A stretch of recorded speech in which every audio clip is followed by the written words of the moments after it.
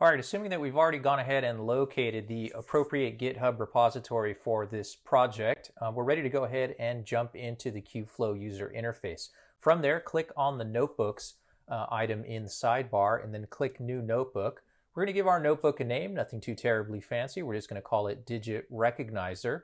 And once you've given your notebook a name, you can go ahead and just take all the defaults that are there, click the Launch button, and then we'll wait a few seconds for our notebook server to come online. Once it's come online, we're ready to go ahead and click the Connect button.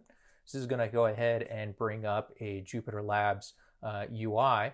Once we're here, we want to click on the Terminal button to bring up a terminal, and then we're going to want to do our git clone for that Kubeflow/examples repository. And once that's all been pulled down, you'll see that the examples directory is now in the navigation bar. Click on it, and now we want to locate the digit recognition Kaggle competition folder, and there we want to locate the KFP or the Kubeflow Pipelines notebook. Open that up, get a little bit of real estate, and then the first step that we want to do is go ahead and install the latest version of pip. Go ahead and run that particular cell.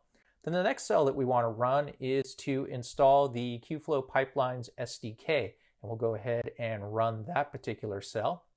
And after you've done that, it's very important that you restart the kernel so that we've gone ahead and restarted that kernel. Next up, let's go ahead and confirm the version of the Kfp Sdk that was installed. Run that. Once you've confirmed that you've got version, in this case 1.8.11, we're ready to import our Kubeflow pipeline library. So go ahead and run that cell. We're now ready to move into our component creation section of the notebook. And the first component that we're going to create is the component that is going to download the appropriate data set. So go ahead and highlight that section of the notebook, click the Run button.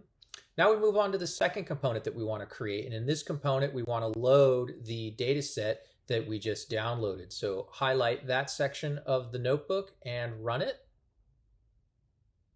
And once that's executed, we're ready to move on to the third component that we want to create. And in this component, we're going to pre-process the data set that we just downloaded as well as loaded. So here, go ahead and highlight that section of the notebook and run it. Then we move on to the fourth component that we want to create in our pipeline, which is going to be our machine learning modeling component. So let's go ahead and highlight those cells and run it. And that takes us to our fifth and final component that we want to build in our pipeline, which is going to be the prediction and evaluation component. So highlight that section of the notebook and run it. And once that's concluded, we're ready to create some lightweight components. We'll go ahead and run that section of the notebook. And once that executes, we're ready to move on to the next main section of the notebook, which is the actual Kubeflow pipeline creation. So first we'll create the client, and then we'll define the pipeline. And then we'll do a final piece here that will specify some input, outputs, and some paths. And then we're ready to execute our final piece, which is our pipeline function, and that will kick off our pipeline.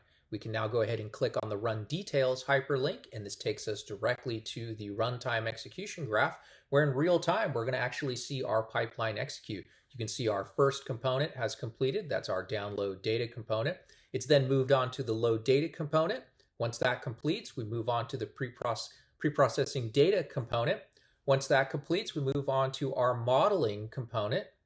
When the modeling component completes, we move on to our prediction. And once that step is finished, we can click on it, go to the Visualizations tab, and we can now see our confusion matrix that we specified.